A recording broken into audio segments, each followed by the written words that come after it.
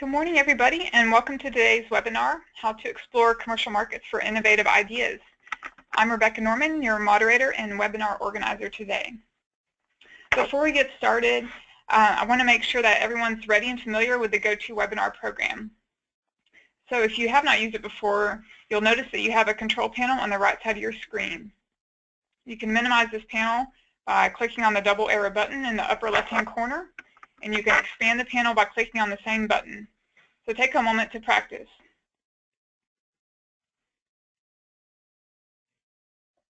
I will be taking questions throughout today's webinar, although we'll hold off until the end for the Q&A portion. So feel free to submit questions as we go along today using the question pane located near the bottom of your control panel. It just says questions, and you'll type in your question there.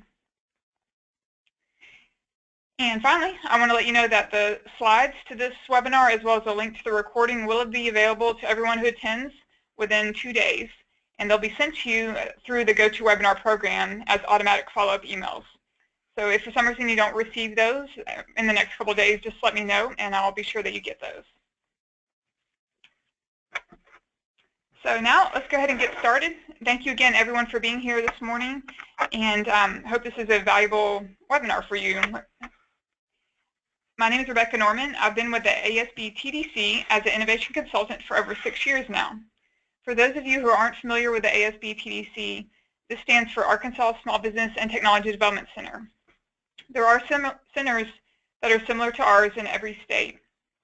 The USPTO.gov is funded by the university system and by the Small Business Administration to provide consulting, market research, and training events for Arkansas entrepreneurs.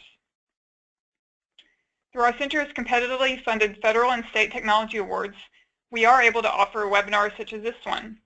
And I highly recommend that you take advantage of the taxpayer-funded services offered through your local Small Business Development Center as you continue to explore ways to bring new innovations to market. In my role here, I work with research-based small businesses statewide to guide them through each stage of participating in the Small Business Innovation Research and Small Business Technology Transfer programs. We'll touch upon that a little bit briefly later on in today's presentation. I previously studied biology and animal science at the University of Arkansas at Fayetteville and went on to study professional technical writing at the University of Arkansas at Little Rock. During my time at the USPTO.gov, I also have earned certifications as both a business advisor and a technology counselor. So the purpose of today's webinar is to talk about this critical step that's needed in order to successfully bring a new product or service to commercial market. And it involves verifying specific needs of your target customers. This step does have many components that we'll discuss as we go on.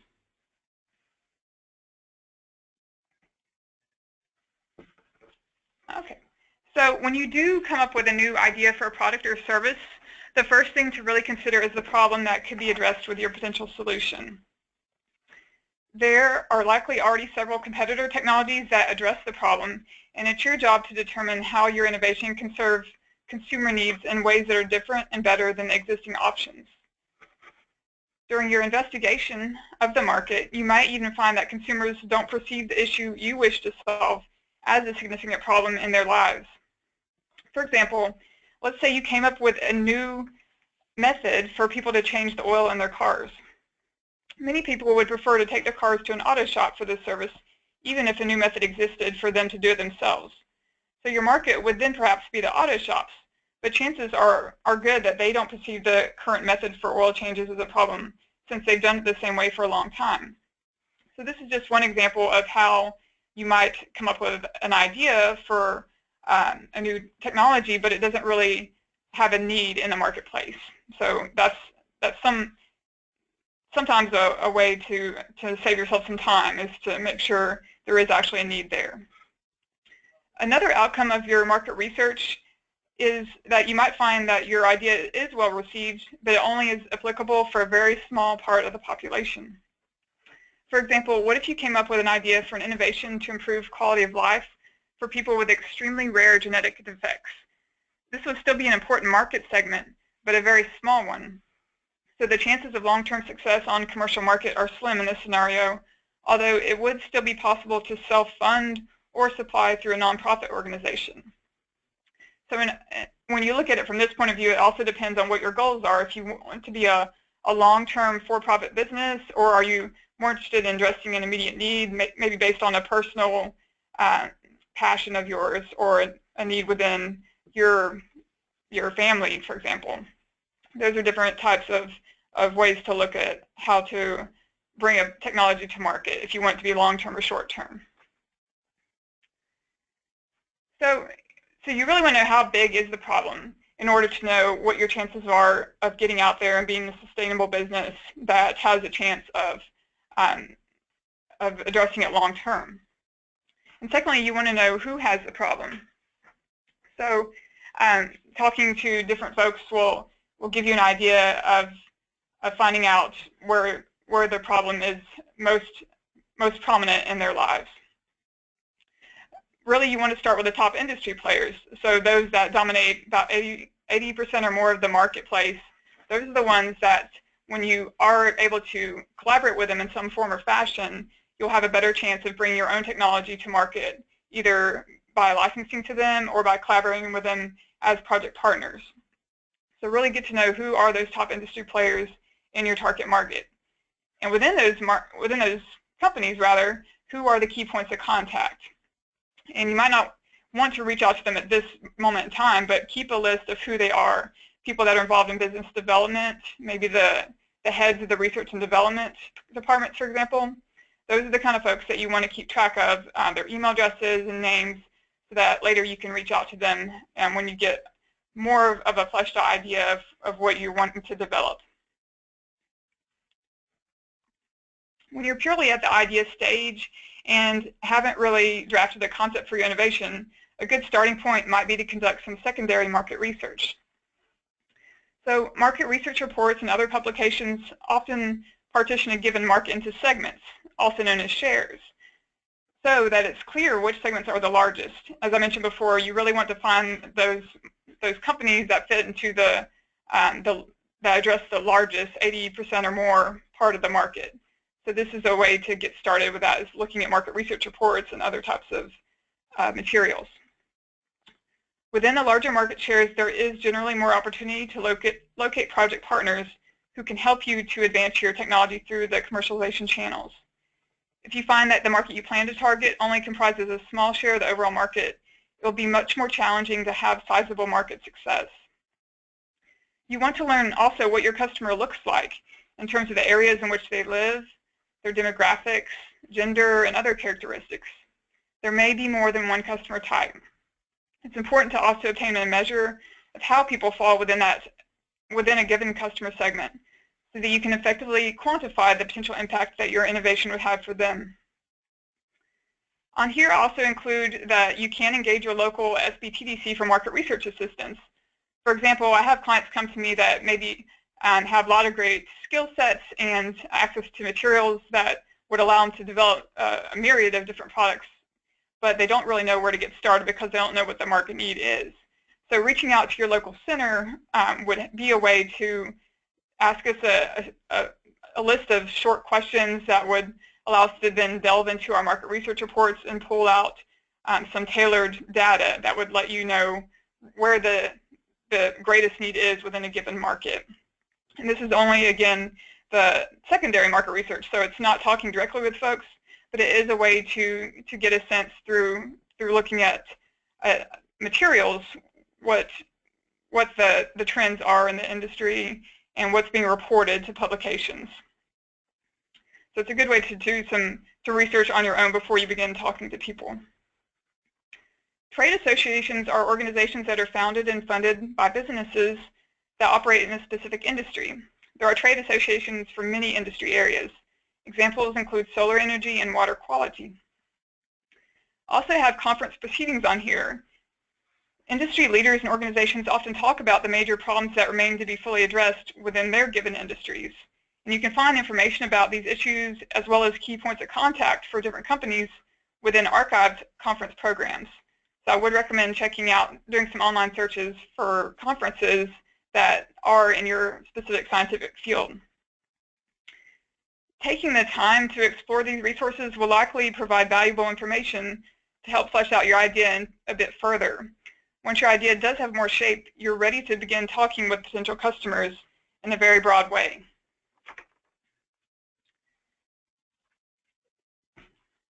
So when I first meet with many of my clients, some of them express concerns about talking with potential customers.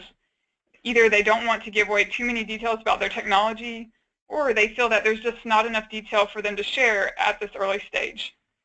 I encourage them, when they say these kinds of things, to shift their perspective so that the goal becomes to learn more about the customer needs. And this can be done by asking customers broad, open-ended questions that allow them to talk about the problems they face and any shortcomings that are associated with the current solutions. During these meetings or phone calls, I do advise clients to be sure to actively listen and to encourage the person to expand on particular aspects of any problem areas that happen to come up during conversation. And then, as you get this kind of feedback, you might find that more information about the need that may not have come to your mind as you originally came up with your concept or idea. So be sure to as part of the end of the conversation, to ask about their willingness to engage you in follow-on discussions. Let them know that you are working on developing a solution to their needs, and would like to know how they would want to engage you long-term to provide feedback as the product is developed, and make sure it does continue to align with what they need. As many of you know, over the course of time, things change, and so maybe the company will have new things that arise and need to modify the existing request for a solution to look a little bit differently. So staying in regular contact with these industry players and potential customers is very important, so that you do know when they need something different, or maybe a new feature that didn't originally have a value to them, now it does. So making sure to talk with them on a regular basis is very important. Your ultimate goal, although you don't say at this point, is to develop something that they would ultimately want to pay for. So that's why you really need to make sure that what you're developing is tailored to fit their actual needs. And so at some point during the follow-up discussions, it would be important to find out what they're paying for their current solutions, to get an idea of the price point that you can readily expect to ask for in order to sell your idea to them as well, once it's fully developed. So one activity that's often difficult for new innovators is to leave their comfort zone, whether this be their laboratory or their field environment, and have face-to-face discussions with potential partners and customers. However, taking this action is critical for you to engage with members of your target market and begin developing professional relationships. I mentioned earlier having maybe some telephone calls just to gather some broad information about the need, but this is more when you get more into their space, go to conferences where you can expect to meet with people that would actually be your customers, so you can talk face-to-face with them and get a little bit more of a professional relationship developed. One other piece of advice is to talk with entrepreneurs in your field who have successfully commercialized new innovations. These individuals share your entrepreneurial spirit, and they're often quite willing to share their lessons learned and best practices.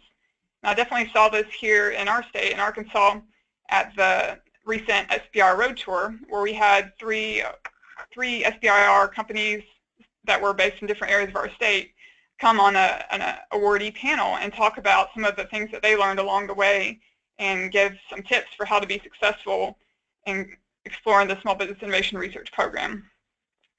So definitely don't shy away from talking with those that have already been successful but started where you are right now.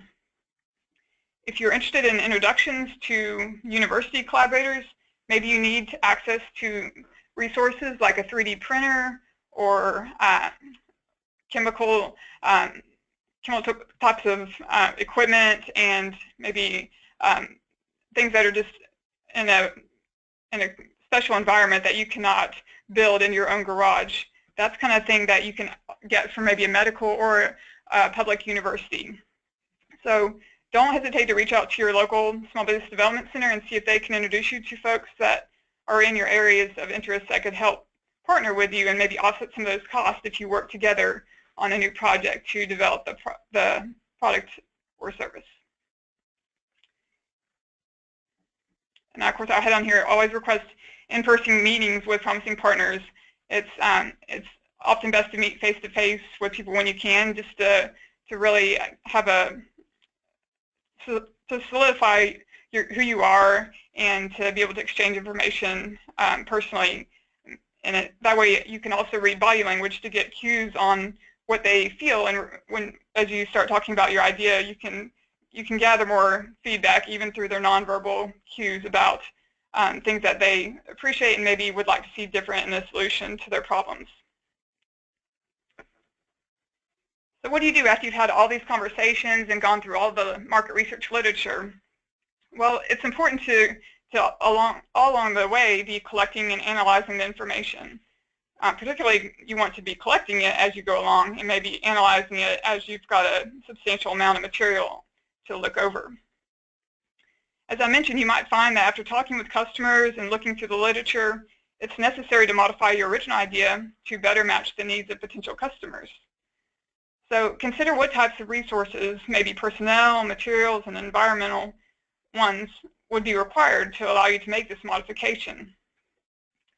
At the early stage of developing a new product or service, your initial goal is to develop a minimum viable product. This term is often heard in discussions about the lean startup process. A minimum viable product is the version of a new product that allows a team to collect the maximum amount of validated learning about customers with the least effort. So it's often a very crude, early-stage prototype that you can still show to potential customers and industry expert partners to gather feedback on the functionality of the product and to gather their suggestions for needed features or modifications. Be sure that you've tracked all of the potential customer segments during the market research process, and identify who your most likely early adopter will be to allow you to first enter commercial market.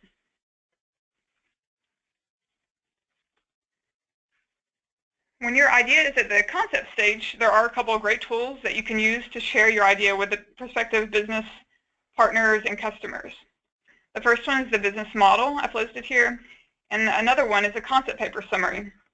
The concept paper is really a brief one-paragraph description of your project idea and also describes the potential impact that it would have for the end users, and that's done in a quantifiable way. So that gives a number, whether it's a reduction in price, a reduction in pollution, improved delivery of clinical services to patients, those kind of things, rather than using an adjective that just says it would be better than the current solution. So something that's concise and easy to share around with the different people that you might want involved in your project, or maybe want to have their feedback if it's an agency, which we'll get into a little bit later, that you're looking to fund for your research and development. This next slide, we'll talk a little bit about the business model. So a great business idea needs to have a great business model. Customers need to care about what your product offers. Initially, this could be a document that's kept internal to your team, but you may later find that it's useful to share with potential investors and project partners to show how you considered each element of your business strategy. Business models need to be scalable and financially sustainable. They should include reliable channels to reach and acquire your customers, and your model will reflect how your team can build a strong infrastructure that will be sustained throughout business growth. Initially, the goal is to find a market fit within the customer segments and the value propositions component pieces of the business model. So that's why I put a couple stars there to show that's really where you want to start. There's lots of differences among your potential customers that will impact how you can address their needs. So keep in mind that different customer segments will often require different business models in order to address those unique value propositions. Although I'm only highlighting these two for now, all of the components within this Lean Business Canvas are essential to the success of your business. And you can think about them as being 9 essential building blocks that all work together to strengthen one another. On the right side of the model are activities that everybody can see from the outside looking into your company. And the blocks on the left side of the model are things that are taking place internally. By having this concise one-page format, the technology business or the entrepreneur can iterate many models and test them quickly. So the model evolves as you move through the technology development process and receive regular feedback from your advisory board and potential customers. There's a lot more information about the business model that you can find on the Kauffman Foundation website. So I'd recommend going there for a little bit more if you'd like. We also teach additional webinars and provide classroom trainings on this topic. One other program that I'd like to mention, in addition to talking about these other ways to explore markets for your commercializable ideas, is the Small Business Innovation Research and Small Business Technology Transfer programs. These are just for for-profit companies and for their partners to be eligible for this kind of funding. The programs are intended to support new research that starts at the proof of concept stage and goes all the way to commercial readiness level. It's a long-term strategic approach for conducting research and development in order to bring a needed product or service to market that addresses significant consumer needs. Within the SBIR, agencies with over $100 million in their external research and development budgets, which, as you see here, that's 11 of the agencies, they are mandated by U.S. legislation to set aside 3.2% of their early stage research and development funding for small business teams that have proposals with new innovations that align with what they consider to be critical need areas. And next we have listed the Small Business Technology Transfer Program. This program is comprised of the 5 largest of the 11 SBIR agencies, so it's the ones that have at least $1 billion in their external research and development funding budget.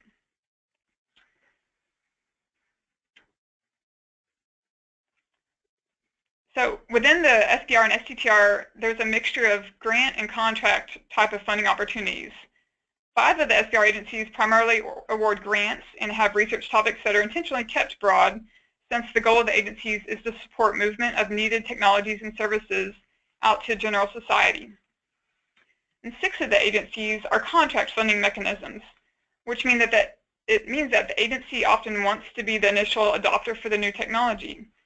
So these research topic areas are often more narrow in scope, since the agency knows exactly what they need for their internal use. One example might be the Department of Defense that's seeking a new technology to help serve the needs of the soldiers in the battlefield. The best starting point to see if your idea might fit into the small business innovation research or technology transfer programs is to search closed topics and prior awards. I've mentioned here at the bottom that you can do this in a site called SBIR.gov. It's the official federal site of the SBIR program. Be sure to track your findings as you go along through the process. As I've already mentioned, your project idea needs to align with the agency topic, and so the best way to find out what kind of topics an agency might have that would fit your idea is to run a search of closed topics and prior awards. So you can do this using keyword searches on the SBIR.gov site. I have also conducted a previous webinar on how to do this that you can find on our YouTube channel for the ASB/TDC.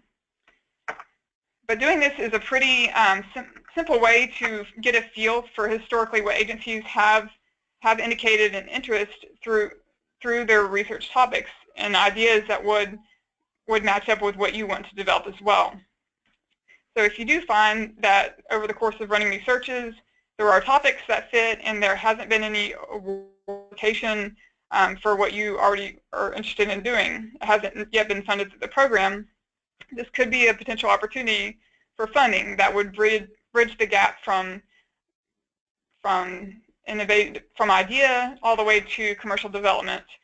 So definitely a great program to explore. It's really the best source of funding for new technology businesses that doesn't require any equity of their own to be diluted.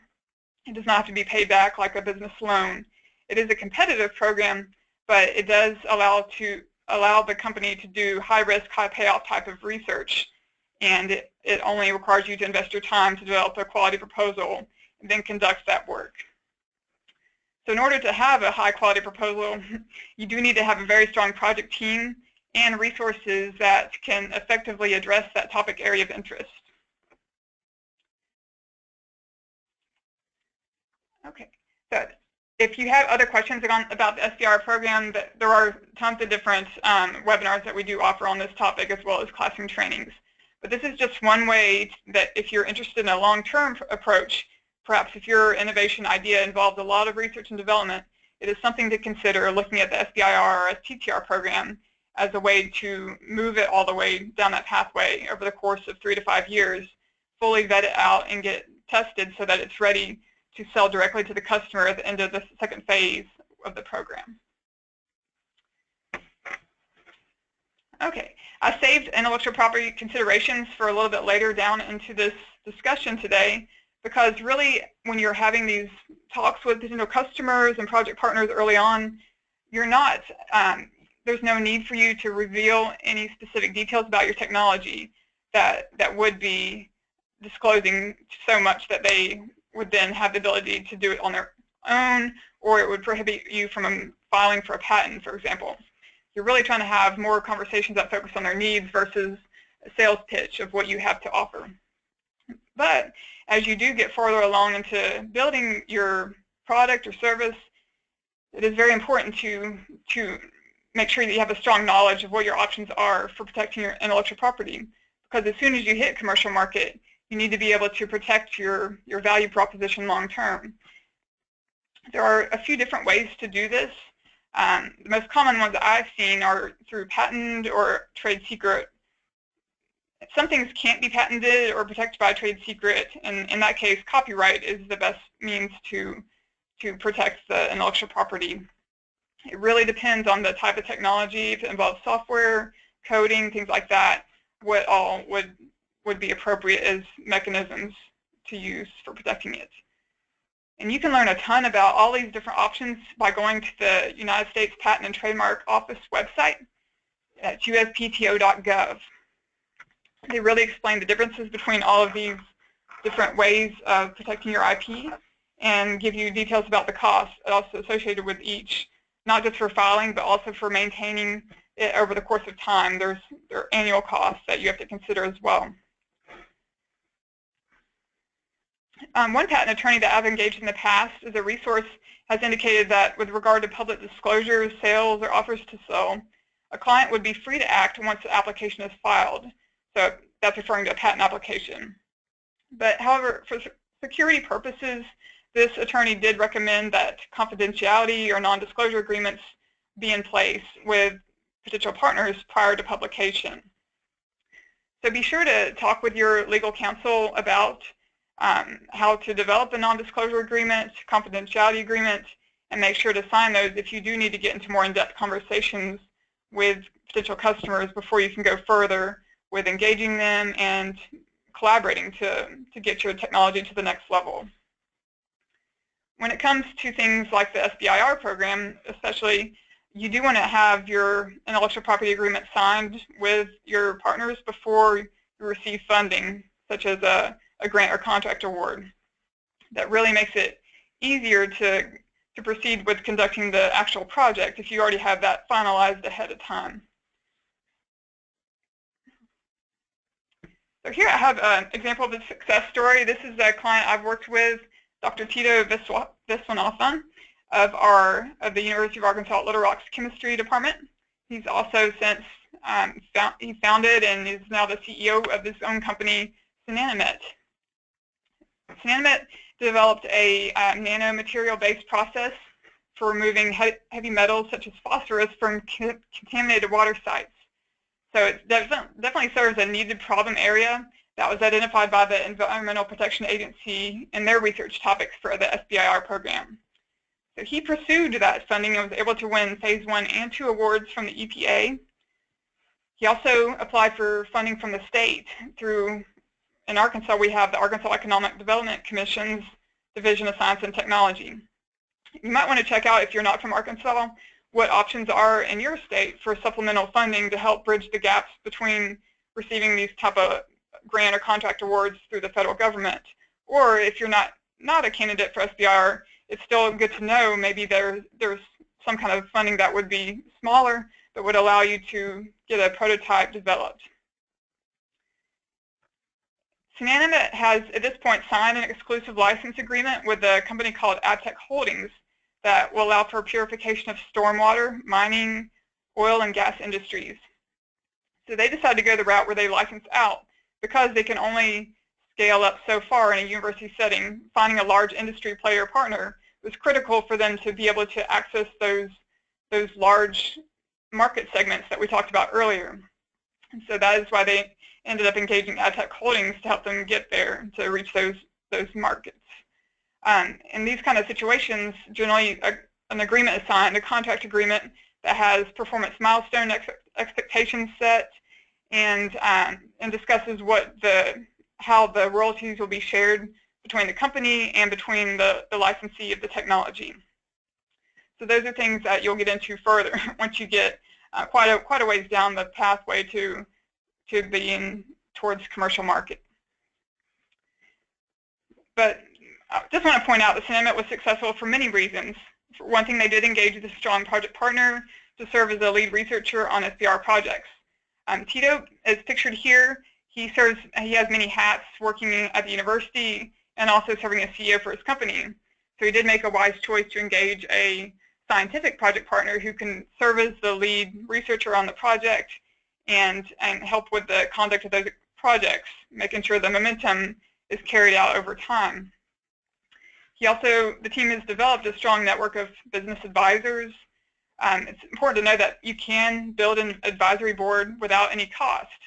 This is when you try to engage experts from different areas of industry and business who you can engage on a regular basis to get feedback as your innovation is developed. And they serve at their leisure, but are quite valuable in terms of being able to give you insights into the marketplace or into maybe business strategy that will really inform you on how to best proceed from your current stage. So I strongly recommend exploring the option of building an advisory board once you have a company formed and have gotten a little bit of a headway onto that process of developing idea and associating that with a company. Okay, so I think I've explained the success story here. We do have more about Synanomet on our website, so you can definitely read more about his technology there for this company. And with that, I've reached the end of today's webinar presentation. I'm happy to take any questions at this time. I see that there's a few that have come in. Someone said that my voice was cutting out a couple minutes ago. Hopefully you can all hear me now. Again, I will be sending slides as well as a link to the webinar within 24 hours, so you'll have that for reference. I do want to point out, since we might have a few questions come in, this is my information here, so you can engage me, especially if you're an Arkansas-based person. You can definitely work with me as a client. If you have questions just about today's webinar and you're not based in Arkansas, feel free to still engage me for some follow-up questions. Our center does have a strong presence on different social media sites like Facebook and Twitter, so you can find out what we're up to if you go to our Facebook site here. Our Twitter handle is at ASBTDC. I also want to let you know that we will be sending out evaluations within the next day or so. They will come from Wendy Orvis of our center, and depending on whether you're using a computer or your mobile device, it will appear in two different ways. So the computer version's at the top here, and the one for your phone off to the right. It should only take a few minutes to complete, and this will give us some great feedback on knowing if this webinar addressed your needs today and maybe other things that you'd like to see discussed in future events. We do have a webinar event coming up just in the next month, and this is called the Department of Energy SBIR STTR program. It will be held Thursday, June 2nd from 10 to 11:30 a.m. Central Time. And the agency speaker is Chris O'Gwin. He's the Department of Energy's SBIR STTR Commercialization Outreach Assistance Manager. You can register directly through our website under the training and then webinar events area. You can also use this URL as well. So I'm not seeing that I have any other questions at this time. I do thank you all for your attendance today and your attention, and I hope this was useful information for you as wherever you are at in the process. I tried to cover as many different scenarios as possible in a shorter webinar, but it definitely takes some time to digest the information and think it over, and feel free to follow up with me if you have questions. Thank you very much again, and when you are ready to leave the webinar, you'll just go on the control panel to File, Exit, and End Webinar, or rather leave webinar. Thanks again, everyone.